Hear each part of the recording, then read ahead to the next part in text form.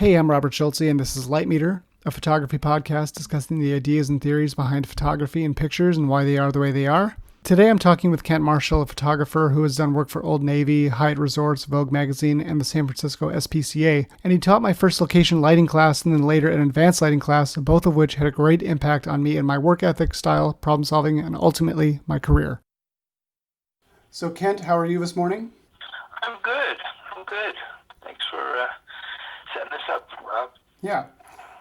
So my first question here, this is pretty broad, but here, Okay. so you were working in the late 70s and early 80s with greeting card companies, primarily with animals. Correct.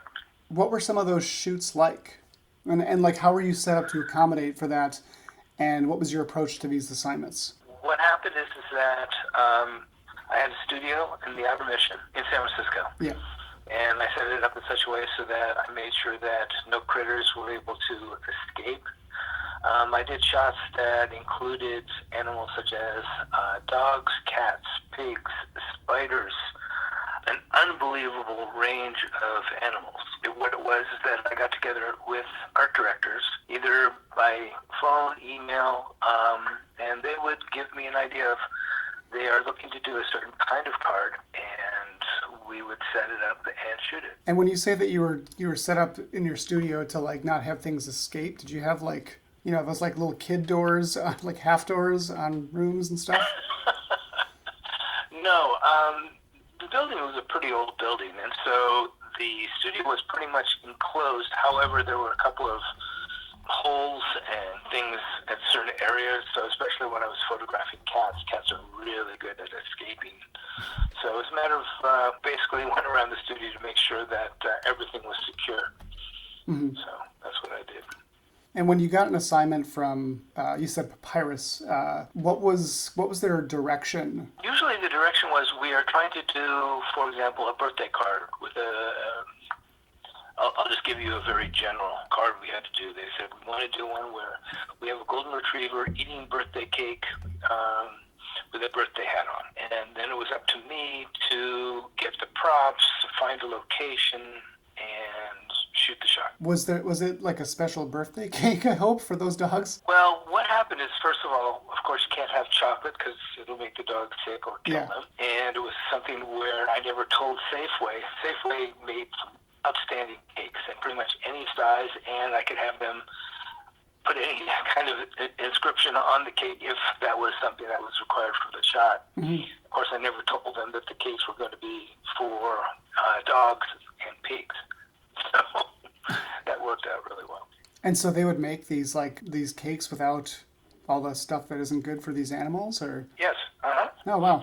I never knew that. I never knew you could request custom type cake material from Safeway. Oh, yeah. Well, it's interesting because, I would have a white cake, and usually it would be a certain kind of frosting, so it wasn't required that I had to refrigerate it because some of the cakes were very big. Mm-hmm. And so pretty much every animal who had cake was very pleased and would devour. They wouldn't obviously have to eat the whole cake, but it was something where it worked really well for the shot. Yeah, it worked out great. Were these animals from like different talent agencies, or did you have like some friends' dogs? Actually, it's a really good question. In the beginning, I would always have to find the animals and for the shoots, and it was always a bit of a challenge. And after I had done, oh my gosh, probably 50 different cards, I finally decided that, you know what, I need some help. So I talked to the art directors, and I told them that it was going to be necessary to hire an animal trainer to procure these animals. So for years after that, I would call up, first of all, I get the assignment from the art directors as to what they wanted to shoot, and I'd call up my trainer, and the trainer would come up with the animals. We all needed the studio and shoot. Well, I do have to tell you one story. It's one of those things which is actually on one of the cards that I did. They wanted to have a shot of, and they didn't have a specific animal in mind. They wanted to have a shot of animal eating the birthday cake. And so the first thing I did is that I had a whole bunch of golden lab puppies. It was very cute because they came up to the cake very cautiously. And the thing is that when you have, well, let's see, in that case, I probably had 8 puppies. They came up to the cake, and one took a little bite and then went nuts, and then they all jumped in and started eating the cake. Then I shot. And then what happened is we did another one with pot-bellied pigs, and this was a situation where I decided to build a small platform so the pig could sort of get on his hind legs and start eating the cake because I had a better angle to do the shoot. Mm-hmm. And I've never seen a pig, not that I feed a lot of pigs, but in this situation, the pig was cautious and came up to the cake, took a little bit of a bite, and I've never seen a pig's eyes just bulge out. The pig went nuts and jumped on the cake and just started consuming it. His whole snout was just covered with cake. And the thing is that I would always prefer the animal shots to shoot with a tripod. And this was a situation where I was really glad I had a tripod because I couldn't stop laughing. It was hysterical. The pig had a very good time. Wow. When you ever got assignments, whether that was for, for the card companies doing animals or doing people, what was your approach to like making that assignment, whether it was for studio or location work? I'd say probably 99%, if not all of the shots I did were in the studio. Mm-hmm. You have to have some kind of control over the animals. And if there was something where I had to have a certain kind of look, I would usually build a set in the studio. For example, we had one shot, they wanted to have, actually, we ended up doing like 3 different shots, but with the same setup. They wanted to have shots of puppies in mailboxes. And when the art director told me we wanted to do shots of animals in mailboxes, puppies and kittens, I said, sure. And then, like with everything, Rob, it's one of those things where you learn as you go. And in this situation, they said we wanted mailboxes. So I spent 2 days scouting for the perfect kind of mailboxes. And then I realized, you know what? I'm going to have puppies and kittens. All the mailboxes are on the road. That is a really bad combination. And I did a little more research and found out that was also a federal offense if you start messing with somebody's mailbox. So I figured I better change things up. So I hired some guys. They built a small fence, and we got the mailboxes and painted them different colors and did the shoot in the studio. The way it works with card companies is depending on what it is, you can get multiple shots done in a day. And in this case, we did 3 different shots. And so I get paid for 3 different shots rather than just one. Mm-hmm. And so we did shots for Halloween, where we did black and orange mailboxes. We did one that was going to be where we had red and blue. We had red and green for Christmas. So we did 3 different shots, and then we did a combination of cats and kittens and puppies and kittens. So it was a long day that got to be really fun cards. What genre of photography did you start in? When I was in Los Angeles after I graduated, I was doing beauty, I was doing fashion. I was also very much into the martial arts, and so I interviewed at a magazine, Inside Kung Fu Magazine. So they hired me as West Coast photographer for Inside Kung Fu Magazine. I was shooting covers and stories inside. But I did a lot of models. I worked with 2 different stores. They were my main clients. One of them was called Tiger Rose, which is a combination of punk and Japanese. The other one was an Art Deco store called Phantom. Mm-hmm. And there were a number of other places. So I did pretty much a lot of headshots for models, basically just shoot their whole portfolios. That's pretty much the main stuff I did, but I had small jobs here and there. And it's, again, one of those things where sometimes you'll accept a job because you need to make the money to be able to do the stuff you want to do. Right. I mean, it seems like that's kind of been the sort of the pattern with a lot of the photographers I've been talking to on this show has been they all kind of started out doing modeling portfolios and headshot, like test shots for books and stuff. It seems like that type of work is really disappearing today. Well, the market has changed, and what the needs are for certain subjects has changed. And that's actually a constant. It's something that is always evolving. Mm-hmm. So since I'm not doing that anymore, I'm not up on the current trends as far as beauty. What I do see is magazines like Vogue and upper end magazines that still have some beautiful, they're doing really some beautiful beauty shots, fashion, and so on. But yeah, everything's kind of evolved. Yeah. When you were starting out, did you assist other photographers? I did. The thing, when I was going to school, I was also assisting, and there were a couple things I decided not to do, like sleep and eat, so I could get all the work done. But yeah, there are two photographers. Actually, I worked for three different photographers the most. The main one was a guy named Scott Enyart, Enyart. I was Scott's main assistant, and so I learned so much from assisting. Paid well, and I just learned a lot from going on location shoots with him. Scott was the key photographer for TV Guide, and he shot all the covers for TV Guide. So we shot a lot of people and went all over the whole city shooting some pretty cool stuff. Can you tell me how you think photography fits in with the world of social media right now, with everyone carrying around a camera in their pocket? It's huge. People will be taking pictures of stuff they would never have normally taken shots of. And the technology to be able to take images and send them anywhere in the world instantly, it's pretty amazing. And it's actually been a huge element as far as where things are these days. Mm-hmm. Do you think it's harder for someone that wants to get into photography as a profession because of that? That's a loaded question, Rob. I told you I don't always stay on book. It is harder, but it depends. Things have really changed as far as when I was first starting out. There was no digital; it was only film, and it was very, very. You had to have training or have a good understanding of how things work.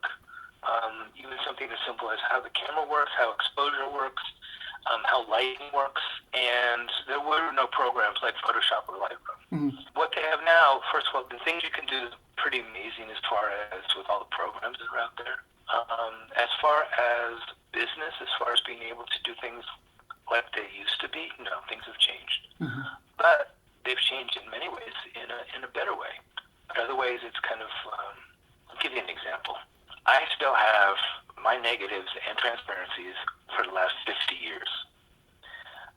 I am still one of those people who, when I switched over to digital, because I was required to when I was teaching, I was really hesitant about having all my images in a digital format, because I was like, oh my God, I don't want to lose any of these. This is one of those things that if I avoid telling anybody, but I keep my SD cards or my CF cards. I keep my memory cards. I don't ever reformat them because I don't want to lose anything. And I have backup drives to backup drives to backup drives. It's changed. But one of the things that I do like is you do a shot and you can immediately see what the shot is, what it looks like. Mm-hmm. And you can make your adjustments as you shoot. When you're shooting film, I have a great lab here in the city called New Lab. And the turnaround time was usually around 2 hours. But you drop off your film, have it processed, go back in 2 hours, show the client. Now you can shoot it and the client can see it immediately. And if you are plugged in the way a lot of shooters are, I can send those images anywhere in the world and have an art director comment on them as I'm shooting. Mm-hmm. That wasn't an option years ago. Is that a good thing or a bad thing in your eyes? Both. Yeah. Yeah, there are definite positives, but there are some negatives about that as well. Mm-hmm. Speaking of film, do you still shoot film today? You know what? I'll be honest with you. Every once in a while, I pick up my Hasselblad, shoot the film. Mm-hmm. But the person who's really shooting film now is my daughter. She's doing better stuff than I ever did. And she is a purist, and she loves shooting film. Is she like the next Sally Mann? Like she uses a big 4x5 or plate cameras or something? You know what is funny? She has no interest in large format. I mean, that's good. She wants she wants my Hasselblad, and I'm sorry, I draw the line there. Sure. Even around my 35 gear, and she's doing some amazing stuff. But it's like she wants to shoot 120 medium format. Mm-hmm. But the stuff she's doing, I'm just so impressed. But for myself, no, I'm not shooting film the way I used to at all. I used to pretty much shoot film every day. Okay. How do you think the photography industry has changed today from when you were starting out? And where do you think it's going? It's getting more specialized. Mm-hmm. And people are looking, I think because everybody is now a photographer. Everybody has cameras, everyone takes shots. Some people think, oh, I can do that. I can do that really very easily with my phone. Where in reality, if you want to get something that's high quality, be able to have different options as far as how you shoot, you still need to use a camera. So there are some people who figure, they don't have the same need, or they feel they don't need the same thing as far as what photographers used to offer, as far as their skills. They feel they can get away with doing it with their phone, and in some cases they can, especially with social media. As far as how the business has changed, that's one of the biggest changes. One part of it is that it has to also do with how much of a commitment you want to make to this. And in what area somebody wants to shoot. There are a lot of people out there that are doing weddings, just because, number one, the market, there are always weddings going on. But some people just refuse to do that kind of photography. As far as certain other areas, there's some people making some good money, doing some great work, but it's more difficult. It's really a little more of a challenge to get clients these days. Yeah, it's much more of a niche thing. Yes, you have to have a niche. You have to have a certain style, something that is different than everybody else. Are you working on any personal projects right now? I've been working on a personal project for about 10 years, actually longer than that, about 12 years. And it's one of those things where when I have time, I do it. And I've been doing a series of artists and their dogs. And I've managed to get some very, very well-known artists, and I've learned a lot, and it's been a lot of fun, and I'm continuing to do it. And it's all shot, I used to shoot everything on film, and then when digital started coming around, I started to do digital. But right now, all of my main purpose for this series are on film. So as an educator, do you think photographers need to go to school today? It really depends on what kind of work you want to do. I know one student of mine who, and this was last semester, she was very sure that she knew everything about photography and really had a handle on everything. And, it's not my role to tell somebody how to do it or what they need to do. When you're in school, and again, it depends on the school you're going to, but it also really depends on the instructors you have and the programs they have. I feel that if someone decides that they want to do things that go beyond what they can do or have access to, going to school is a really good thing. And if you have the right instructor, that is really going to give you the tools to be able to do what you want to do.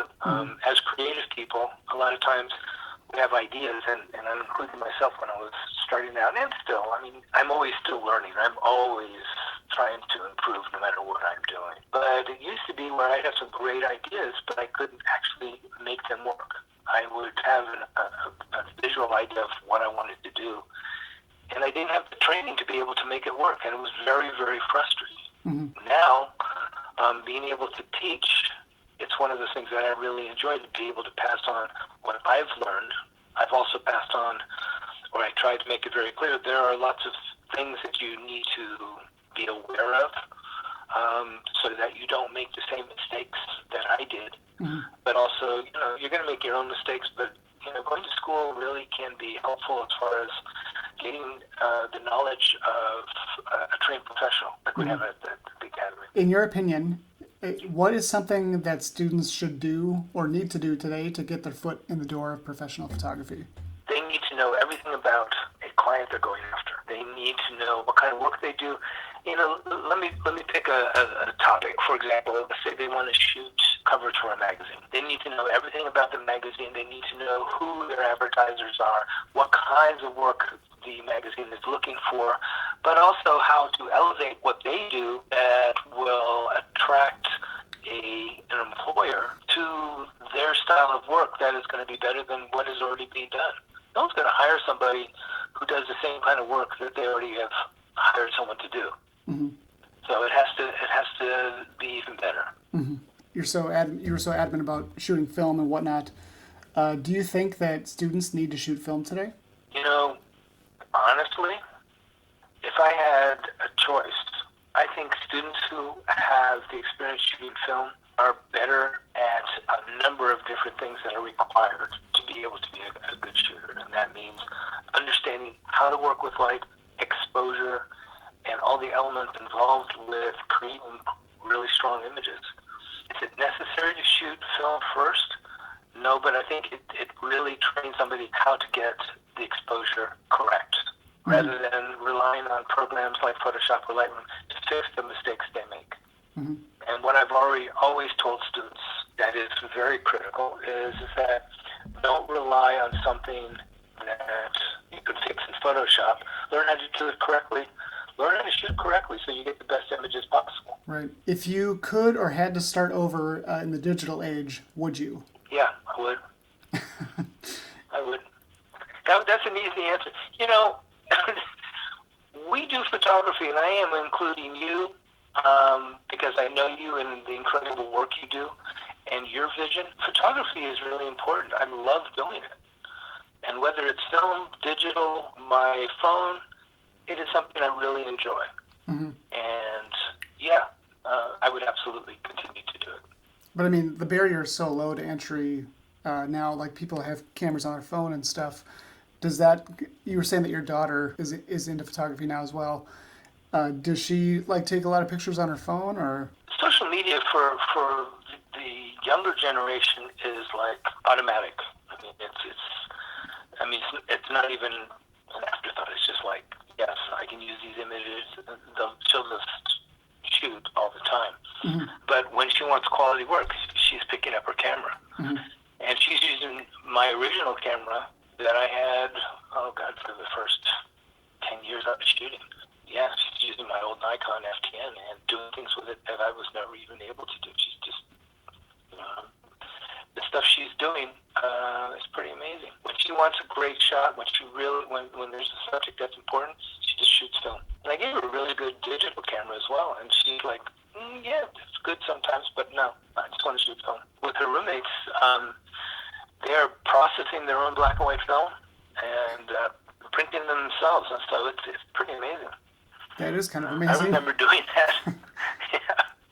I don't know anyone today that's doing, I know your daughter's a couple years younger than I am, and I think even most people her age and younger even are not familiar or interested at all in film. Oh yeah, and then when you start processing your own film, then you get a much better. That also trains you as far as what kind of exposure you want to be able to get density correct, to be able to get the kind of prints and the quality you want. There are other elements. Yeah. So, does she shoot digital alongside film? No. That's ballsy. But yeah, you're damn right it is. It's like she really pays attention to her exposures. But she really shoots all kinds of stuff, but she has a good time. But she's got the eye, Rob. Really pretty amazing. All right. Well, thanks, Kent, for doing this with me. Come on, Rob. It's my pleasure. And yeah, it was great talking to you. Yeah, for both of us. Yeah. Well, you take care of yourself, all right? You too, Kent. Thanks a lot. Okay. All right, Thanks bye. a lot, Rob. Lightmeter is researched, hosted, and produced by me, Robert Schultze. It's also co-produced by Lauren Baines and recorded in San Jose, California. Did you enjoy this podcast? Let me know your thoughts and send an email to lightmeterpodcast@gmail.com. You can listen to us on anchor.com/lightmeter, and I'm on Facebook at Lightmeter Podcast, Twitter at LightmeterPC, YouTube at Lightmeter. I know, sorry, there's a lot of variation on the name, but if you search for Lightmeter and see our podcast logo, that's the one. Thanks for listening, and I hope to see you next time.